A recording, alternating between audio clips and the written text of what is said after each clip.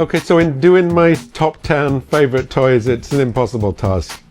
There are too many things I like, and memory being what it is these days, as you get a bit older, you know, do you remember everything you have, especially if you've got a few things in your collection.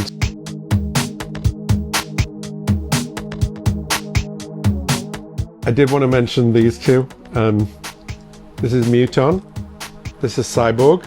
These are actual toys I saved up for a really long time to buy in 1975. I've told this story before, but I think you can see why I'm called Clearwithguts. These toys were the first I ever saw that were clear with guts, and I've talked about the brutal eye with the metallic insides, and you can kind of see the Henshin Cyborg influence there if you look at that. And this is a more mutated gut. So Muton and Cyborg were made by Dennis Fisher in the UK in the 70s. They cost a lot of money back then. I think these cost like about £2.20 each. I don't know what the exchange rate was then, but you think it was like $5, which was a lot. I didn't really have any money to save up for a long time at 10 years old, and this is the one where my brother told me that the only shop that in our small seaside town that had these, that like was a toy store, but it was also kind of a newsagent too. Anyway, it was a cool store, but my brother told me that the guy who ran it was and that if I went in there I did. And at 10 years old I wasn't sure exactly what that meant, and at 10 years old back in the 70s we didn't know about that stuff. But it seemed pretty scary, and I remember going in there, I was a bit of a wreck, and the guy must have thought, this kid's a psycho. I was like, I want to buy this toy, but my hands were shaking. Anyway, came in the coolest packaging, all the parts are interchangeable, and this is really absolutely got me into collecting soft vinyl years later. So they're to blame. This was a good guy, Cyborg. This was a bad guy, Muton, and for a while my online name was Muton is my friend. Which a lot of people mispronounce as Mutton. It is not Mutton, it is Muton. He is the scourge of the galaxies, and men built Cyborg to guard against Muton, and then another third character came along, Android. These were licensed from Takara in Japan, from the Henshin Cyborg line, which were G.I. Joe sized, and used kind of the Hasbro design for that, which they made clear. They put guts in them, but they were bigger, G.I. Joe size. These are 8-inch. So these use the body of something called Shonen Cyborg, Young Cyborg, and they made a smaller body, but they put an adult head on it. So you can see the 70s equivalents, which have a child's head on it, and it's somewhat bigger, so it looks like, you know, a smaller body with a larger head. And also the proportions are a little bit odd, like the longer arms, the shorter legs. But yeah, these were a big gateway for me, and always have been. And these are the two original toys which my mum and dad kept for me. So and the boxes, though they added some tape to keep the lids on. Like, oh my god, tape on boxes, but did me a solid there. There you go, pretty sick, eh? So I gotta say, these are two of my favorites, and they're certainly the oldest toys I've ever had, and I bought them at retail and myself. So there you go. Mutant, Cyborg, Clearwithguts. Next honourable mention goes to this original Nag Nag Nag. He's got rooted hair. I mentioned this one because I talked about the 4-eye and the 4-eyed Nag Nag Nag. This is the original Nag Nag Nag head sculpt. When this came out on skullbrain.org, when this, not this particular version, I think this was the 4th version, could be wrong there, it really divided the board, and there was a long message thread, and people would go, oh, that's the ugliest thing I've ever seen, hate, and then 8 pages later on the thread they'd be like, oh, this is great, I love it, and that'd be the same person. Super influential in the soft vinyl scene. Beautiful paint job on this, right? This is a Frankenruge version. Probably pronounced that incorrectly, you can all laugh at me for that. I don't care, because who cares, it's just a toy. But paint's really nice, individual veins. There's a one-off version of this in the same colorway, and there's also another version of this where the colors are reversed. I will say that at one point I had all 3 of those versions, so you could stand them in a row. It's pretty cool. So there you go. Original Nag Nag Nag Frankenruger version had a cool more Supreme header, which I have somewhere too. So I think this is rad toy and worthy of a mention, if only to talk about the original head sculpt, which really polarized people at the time. There you go. This is a version of a Cure Toys Boogeyman. In my opinion, Cure Toys in Japan have produced some of the finest toys, and I think this Boogeyman sculpt is just incredible. This is the Golden Boy tabloid version. It was made for Hiddy from Secret Base's birthday, and I think it made it in an edition of 30 or 31. Pretty sure it's 31 actually. Watch this. Oop. Can you see that? It's got an LED in there and his guts glow. So he is clear with guts too. You can see this theme going on. He's busy glowing away in there when you tap him. Still after all these years he does. This is kind of got an Oni demon kind of tribute going on here with the kind of little wrestling outfit here. There are lots of different versions of this, made in very limited editions. Criminally underrated. I am fine with that. Not so great for the toy maker, but I think Cure makes some amazing toys, and a lot of them are influenced by Hench and Cyborg. This one particularly isn't, but I love Boogeyman. I have a lot of these. No one really talks about them. I'm fine by that. I'm sick of the hype on a lot of things, so great toy. Next, highly honorable mention. I had talked about a one-off by Kyoka from Gagamill. This is a one-off from 2024. I can't believe we're in 26 already. This to me shows the technical level of painting that Kyoka Ikeda innovates, and other people will follow, but he does this stuff first and it's incredible. Plus, super talented and a super nice guy. Again, this is clear with guts. What can I say? He's used masking here. This is a Deathra. I love the style of this figure because it's a monster, but it's super cute too. Even on the back, it's got this masking that's been used. The guts actually glow. They glow in the dark, and hopefully you can capture just some of the stunningness of this toy. Like I said, it's a one-off. Very lucky to have this beautiful paint job, totally unique. If we want to talk about art in toys, this to me is an art toy. It's a piece of art. Deathra by Gagamill. I mentioned some toys by HXS Hirota. This is definitely one that I could have picked in my top 10 because it is the first HXS toy that I got around 2010, 2011. Got this in a lottery. That's not happening these days. It's all art shows to get this, and you have to travel to do that, to Asia generally. This is Mecha Gorilla Jew, spelled the Jew is J-U. There's been various incarnations of this figure since Hirota did it. This to me is still the best one. And this red version, I am a huge fan of red vinyl with metallic blue on top of it. That's a recurring motif in my collection.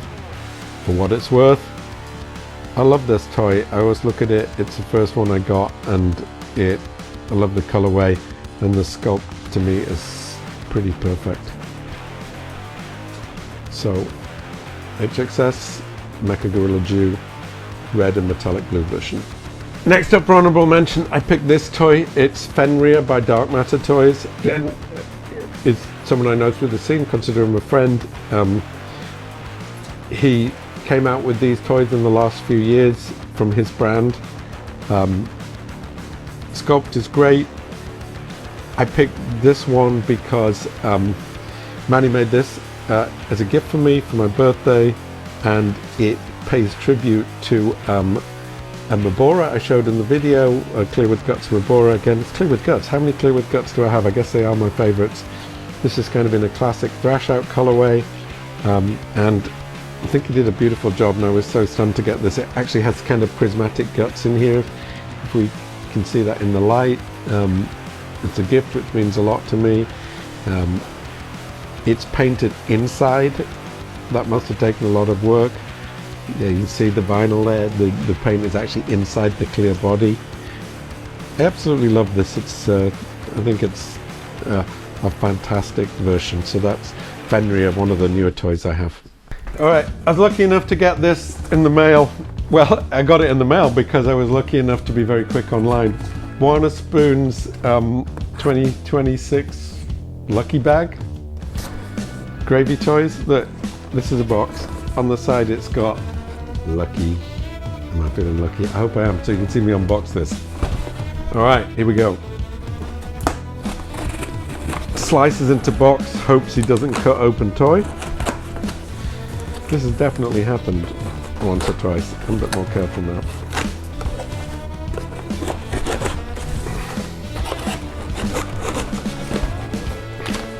Okay. Box. Paper. Now what's rad about these is, ooh, each lucky bag has a Buana hand paint on it. Look at that. This is morale snacks. So let's see what's in the lucky bag. I'm pretty excited about this.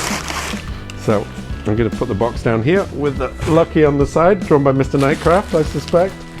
Bwana Spoons, original. Got to keep that bag. Oh, I'm going to pull it out with my eyes closed because I'm super excited. I can see some tealness here. Okay. Oh my God! How awesome is this? It's an insanely marbled, standard size morale snacks. He's actually one of my favorite toys that appeared in the last few years. It's sculpted by Naoya from Gagamill, designed by Bwana Spoons, and this is the sickest. He's got something in him. Might have to be taken apart, but he's got some Buana customization here. Look, that's painted. The smiley face is painted. It's going on inside him. Okay, that might be for another time. So that was a Morale Snacks marble toy, which I am over the moon with. Oh my God, there's a little Bwana Spoon snaky guy. What's in here? Oh my God! I can't remember this guy's name, but I have a couple of these guys already. He is awesome! So we've got a little chunk here. Is this, he looks like Terry, but he's probably got a different name, Buana. If you're looking at this, which you probably know. I'm sorry, I can't remember the names. Right in the bottom is a tiny Boris the Bee. I remembered his name, Boris the Bee.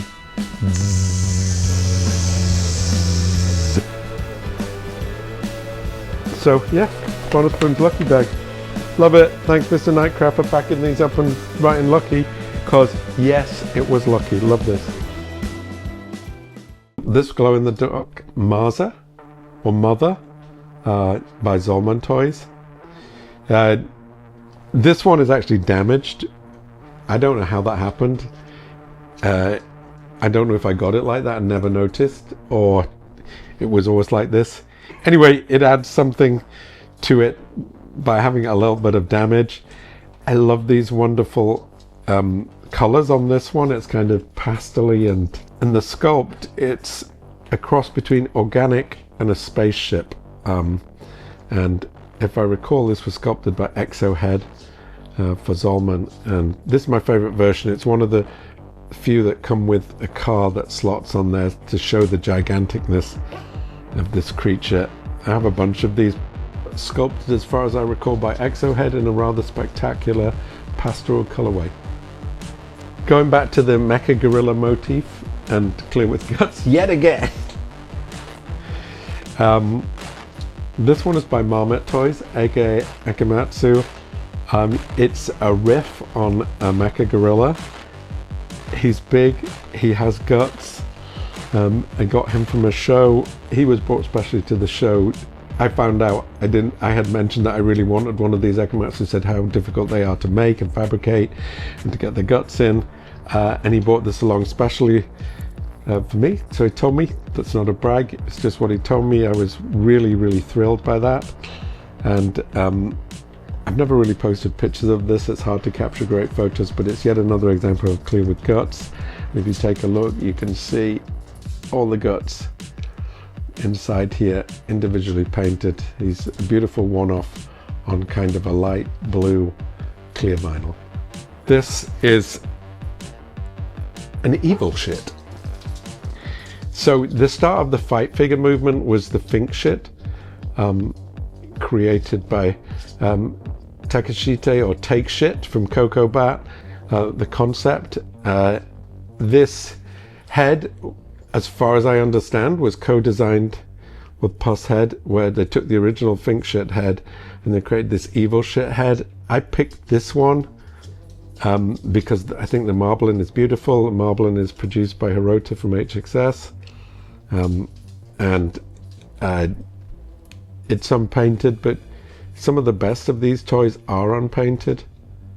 This is just purely manipulation of the vinyl within the mold to create this marbling, and I think this is an absolutely beautiful version in this light blue, and that definitely gets highly honorable mention. I look at this daily. Secret Base fight figures got me into this scene. You know, Henshin Cyborg was the gateway. Real Head came along soon after with their own fight figures. They don't really make the fight figure size now, but there's still some of my favorite toys. This one is called Mutant Evil. There's a whole series of Mutant. There was Mutant Chaos, Mutant Head, Mutant Evil. I really like the Evil because of his horns here. This was a micro run, as they called it at the time, probably made, you know, 6 to 10 or whatever, for Pop Soda toys. And this was called the Pop Soda colorway. Look at that paintwork. It's likely that this is painted by Goto-san. You can look him up. Anyone who might be seeing this probably is well aware of Goto-san. I actually had the pleasure of meeting Goto-san in 2023, thanks to Don Datadub, who made that happen. And pretty sure this was painted by him. Pop Soda colorway, classic fight figure. Don't really see these anymore. They produce the adult figures everyone loves. Pop Soda. All right, last pick for honorable mentions.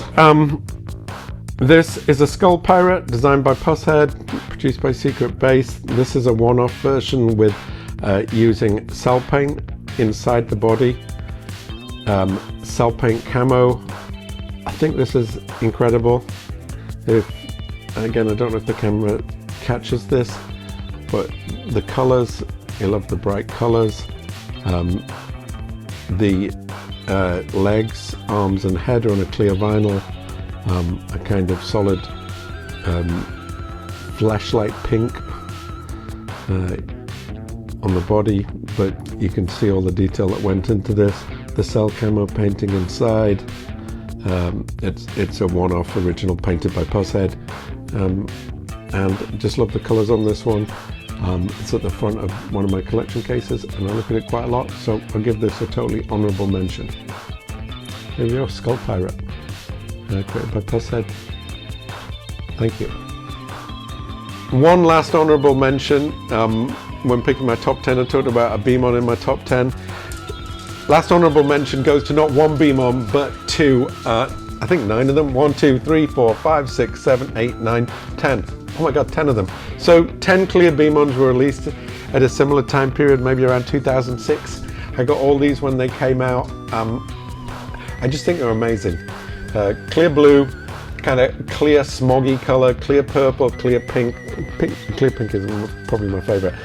Clear red, clear colorless, clear orange, clear black, clear yellow, sometimes referred to this Beamon because it's clear yellow. Clear green is one that has a particular story which I've mentioned before. Got it from Australia, actually from this reseller who was called Knunt. Very Australian. Anyway, it didn't arrive, got lost in the mail. Eventually he got an email from someone in LA who said, hey, I was behind a USPS parcel truck on La Cienega Boulevard. A load of parcels fell off it and a few got stuck in my wheel arch. This one was stuck in her wheel arch. He didn't believe a bit, thought it was some kind of scam, but then eventually this kind person dropped it off on my doorstep. 6 months later I got this guy. So he traveled from Australia and been under a car. So the clear green one, that was the last one I needed for the set. So there you go, clear Beamons. always to me would be a group.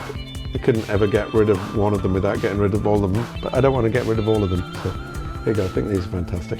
Thanks for bearing with me for that one last story, even though things are falling around us. Thanks, Roger. Things are falling about me, but I don't care because how awesome is this? I can see some tea on this here. Okay. The Boulevard. Hey, this is amazing. Are they doing weird stuff behind me? They're off camera. Yes. All right. Let it finish.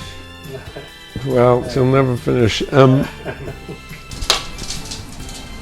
Fake beard. Ooh. I've gained about 30 pounds since you did that video too. I have to, so I'm not holding it against you or anything like that. No, I'm holding it against you though. Yeah. Just joking. I got rid of this chair.